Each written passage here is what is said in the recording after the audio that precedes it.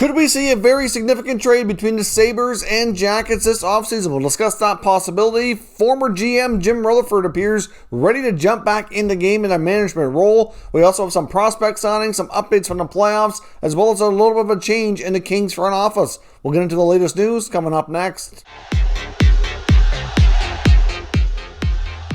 So welcome back to another video here at Top Shelf Hockey. Now, as I mentioned, we have a variety of things to talk about here today. Let's kick things off with a couple more prospects that have signed entry-level contracts with their NHL-affiliated teams. First up, the Colorado Avalanche continued signing prospects. We've had two of them announced yesterday. Another one today, they've announced that Trent Miner, a goaltending prospect, 7th-round pick in the 2019 NHL Draft, has come to terms on his entry-level deal. Miner's 20 years old and was drafted from the Vancouver Giants in the Western Hockey League. So he did get to play a little bit this year and is ready to take the next step into pro hockey next season. So hard to say exactly where he falls in their affiliate system, but he's officially under contract at least. And the other signing today with prospects was the Arizona Coyotes coming to terms with Ben McCartney. McCartney is a left wing prospect also from the Western Hockey League who played for the Brandon Wheat Kings and was a 7th round pick in the 2020 draft. So we've actually seen a decent amount of these 7th round picks from the 2020 draft already get contracts, which is a little bit unusual given the fact that they usually have a much longer and more difficult and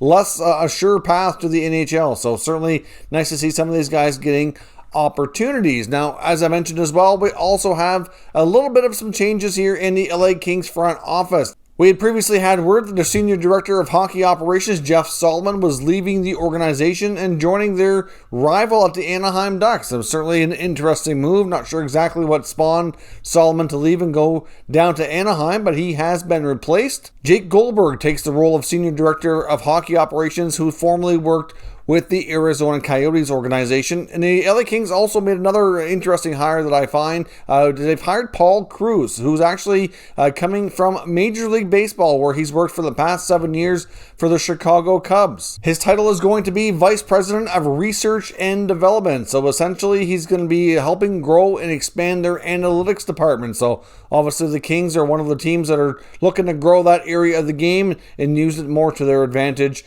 moving forward. So that should be an interesting move to see how he fits in and what knowledge he can bring from his time working in the MLB. Now, of course, we've already had a few more teams eliminated here from the 2021 Stanley Cup Playoffs.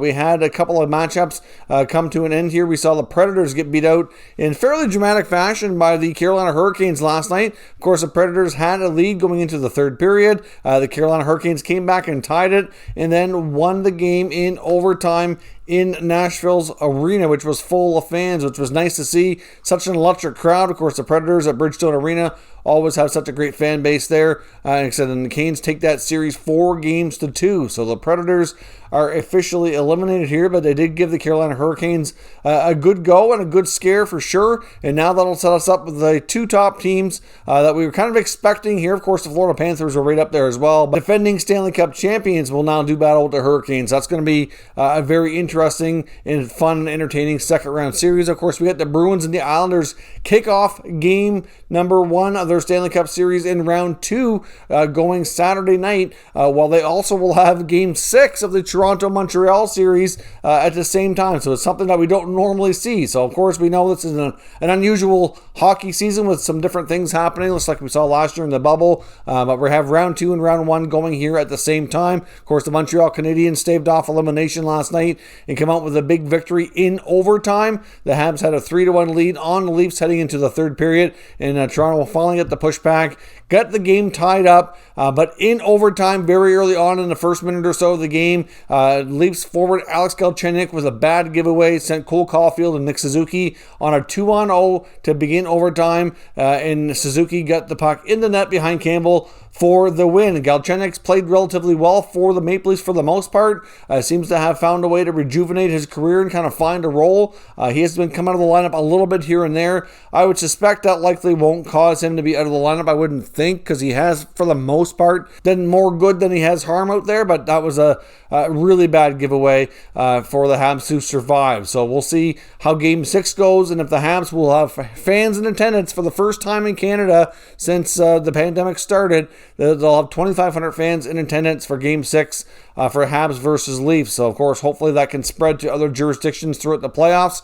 And maybe before we're all said and done, I'm not sure if we'll be fortunate enough to get the Leafs or the Jets or the other markets that are still alive here in Canada to get fans going. But at least it's a positive sign as well that come fall, when the next season starts, that they'll certainly be up and going and somewhat back to what we used to call normal. We have a Game 7 between the Vegas Golden Knights and the Minnesota Wild, and the Wild have certainly come back and given Vegas a good scare here, and many feel like the Wild could be on the verge of an upset. They've given Vegas fits all year, and there's no reason to think they can't continue to do so. Of course, Vegas is dealing with a little bit of a COVID issue as well. It's kind of wondering if guys like Braden McNabb or Ryan Reeves will be available tonight. As I'm recording this video, nothing's been confirmed, but I believe Reeves was on the practice ice for Vegas earlier, so that's a positive sign. But I believe they were kind of waiting on some more testing, hoping that it was a case of false positives. But we've seen COVID have an impact on a few other players throughout the playoffs here as well, and it's certainly not good. That takes a lot of the toughness, grit, and the bite out of the Vegas lineup, and that certainly can have an impact on how they play out there. Everybody plays a little bit bigger when they have guys like that on their side on the ice. So we'll see what happens here and what Vegas will put together for a lineup. Going into Game 7, of course, still unknown if Max Pacioretty will play. He's been out all series so far, and considering his lack of skating and practicing, I would say that he's probably not going to play, but man, could they ever use his scoring touch right now. The Vegas Golden Knights have had difficulty scoring outside of a couple of guys like Mark Stone and Alex Tuch. A lot of the other rest of the team has been putting up goose eggs on the score sheet. So we'll see what happens and how the series finishes up in tonight's action. Now, of course, as I mentioned as well, former NHL executive and longtime general manager Jim Rutherford, who recently vacated the Pittsburgh Penguins post, is ready to get back into the game. Now, some thought he might retire when he resigned as Penguins general manager. I know I personally didn't think he would. I thought he was basically at a situation where I think there was a disagreement with direction of the team, and he felt it was best for them to part ways and for him to move on. So he's signed on now with PBI Sports, who represents a lot of coaches and managers in professional sports and hockey, with Neil Glassberg leading the way there, and he's all getting ready to look for more opportunities. So they've signed him as a client, and they're helping him actively search for management roles within the National Hockey League. Now, if you look around the league and you got to say, okay, well, where could Rutherford end up? What might be a fit? And you look and see that all the GM chairs are currently filled. Not to say that we couldn't have one or two pop up as vacant. You never know here. I would think the teams that missed the playoffs, if they were going to fire their general manager, I would think it most likely would have happened by now. So for those teams that are out, you wouldn't think so. Now, the ones that were recently eliminated, I would think that, pretty good chance that, we'll know here in a few days if anything big is going to come down. Like, look at teams like the Pittsburgh Penguins, the Florida Panthers, the Nashville Predators. And I don't expect there to be anything drastic in those regards. Like, Pittsburgh obviously is where he just left from. They just got Burke and Hextall in there earlier this year. There won't be anything changing there. I can't imagine David Poile doing anything in Nashville. I'd be shocked if something were to go there, unless he decides to retire or go to a consulting role or something like that. That would be the only way. In Florida also has a new GM in Bill Zito as well. Could there be other openings though with other teams that get beat out here for the rest of the first round or early and second round? Maybe, but it's hard to say what opportunities are going to present themselves here to a guy like Rutherford. Now, could he be looking at more of a president of hockey operations type of role? If Jim Rutherford's going to be getting back into an NHL role here sooner than later, to me that makes more sense on where he might be able to find himself an opportunity. There are a few teams that might consider that. I know one team, for example, where there could be a fit, and it was mentioned on the 31 Thoughts podcast that came out earlier today, which I think makes a lot of sense as well, is the Buffalo Sabres. Now, of course, it's hard to say what Rutherford's going to command for his salary. Obviously, he's got a ton of experience, so I think he can ask for a lot. And I think he's at a stage of his life in his career where he doesn't really need to work. So if they don't want to pay him in his price range, then he could probably just keep waiting it out and looking for more opportunities and stay home and see how things go. I don't think there's any rush or real dire need except for the desire to be in the game for Rutherford to get working again. So clearly a team like Buffalo with the Pagulas, they'd have to pay him, a handsome price. But there is a connection between him and GM Kevin Adams. Of course, Kevin Adams was once a former player for the Carolina Hurricanes, who was GM was Jim Rutherford. They won a Stanley Cup together. So clearly those two guys know each other. Rutherford's well respected, and it could be that extra experienced voice that could certainly help Kevyn Adams in a very difficult offseason and kind of take this team down a different direction. There's a lot of uncertainty about, what guys are going to be traded. Could some big names like Eichel and Reinhart be on the move? And they're not going to be easy deals to do. Of course, Kevyn Adams is in his first season as a general manager. A guy like Rutherford with all those years of experience would be a tremendous wealth of knowledge for him to be able to talk to. A great mentor for him to learn from as well. So, hard to say what happens, but Rutherford's actively looking for opportunities. And right now, for me, that's one that kind of jumps out as one that would make sense. But we'll see what else comes up here as teams get into more of their full offseason modes, and if any other GM jobs do become available, or if there's a word that any of their teams are going to look to hire a president of hockey operations. Now, before we jump into the potential Columbus Sabres deal that was discussed on the 31 Thoughts podcast earlier today, I just want to take a quick moment here and acknowledge our channel sponsor, Manscaped. Top Shelf Hockey is proud to be sponsored by Manscaped. Of course, with Manscaped, we have a special offer here for all Top Shelf Hockey viewers where you can get 20% off and free shipping into all orders at manscaped.com. Now, of course, Manscaped just launched a brand new Lawnmower 4.0 trimmer, which is a fantastic product.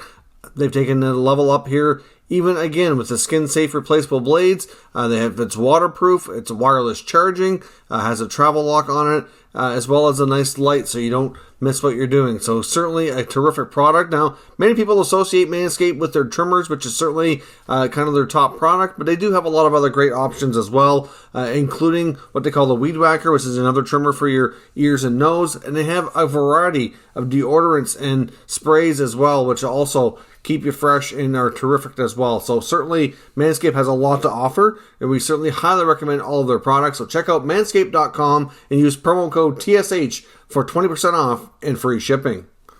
Now, another big nugget that came out of the 31 Thoughts podcast that came out this morning was Elliot Friedman and Jeff Merrick talking about some teams and moves that we might see in the offseason. They kind of got started by talking about goaltending in Edmonton and who might be the goalie there, because there's been a lot of links to the Oilers being interested in one of the Jackets goaltenders between Korpisalo and Elvis Merzlikins, and that they could maybe making a trade to acquire one of the two. But then Elliot Friedman went on to indicate that he has a feeling that the Jackets could also be talking to a team like the Buffalo Sabres. There's a direct need there for both teams. We know that the Sabres need goaltending help. Of course, I just started my offseason plan series with video number 1 coming out today, which was the Buffalo Sabres. In case you missed that, I'll link it in the YouTube cards. What I'm doing with that series is we're starting at team number 31, and we're working our way up to number 1 all the way through the regular season standings. That's why we started with Buffalo. So obviously, like we said there, they don't have an NHL caliber goaltender signed for next year right now. They could bring back Allmark, but he's been injured a lot. Does he want to stay there? It's unclear. I think Carter Hutton's time in Buffalo is over. They do have youngster Ukko-Pekka Luukkonen, but I don't think he's ready for a full-time role. Could he be a backup? Maybe, but that's probably about it right now. So obviously bringing in somebody with more experience would be key there. So, bringing in either Korpisalo or Elvis from Columbus certainly would make a lot of sense. And if you look at the fact here that we've talked about Columbus in quite a good need to have a center iceman, a top 6 center. We've talked before about them. Could they compete for a Jack Eichel trade?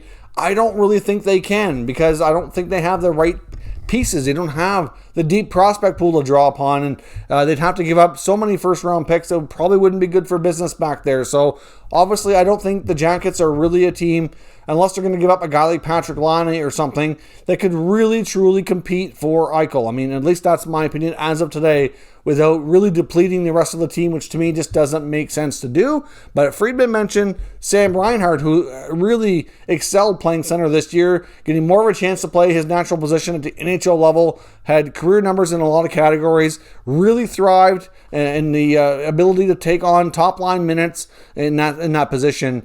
And could we see Reinhart going to Columbus for a goaltender? I mean, that's a real possibility. You've got Korpisalo signed at $2.8 million. They've got Elvis at $4 million. They're both, only have another year on their contract, so the Sabres would have the ability to negotiate an extension, which could be done right away or, in the short term.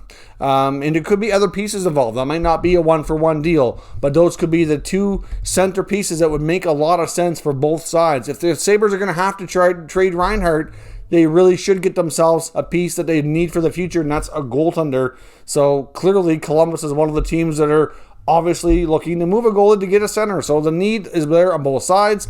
Will it be a perfect fit? Will they do business? It's difficult to say, but it's certainly an interesting trade concept that I thought would make sense, and I'd like to know what you think down below as well. So let me know all your thoughts and opinions on today's news and rumors down below in the comment section. We'll discuss further. If you're new to the channel, make sure you subscribe and stick around. We'll keep you up to date with all the latest news on all 32 NHL teams. Thank you for watching, and I'll catch you next time.